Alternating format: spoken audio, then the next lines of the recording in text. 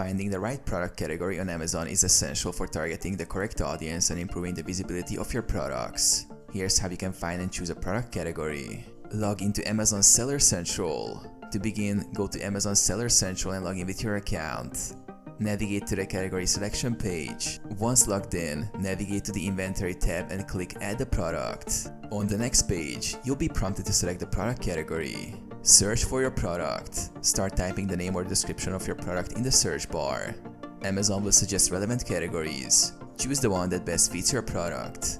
Browse categories. If your product does not fit into the suggested categories, browse through different parent categories to find the most suitable one. For example, if selling clothing, explore apparel, women's clothing, dresses. Use Amazon Tools. Utilize tools like Jungle Scout, Helium 10 or Merchantverse to analyze product categories based on demand, competition, and bestsellers.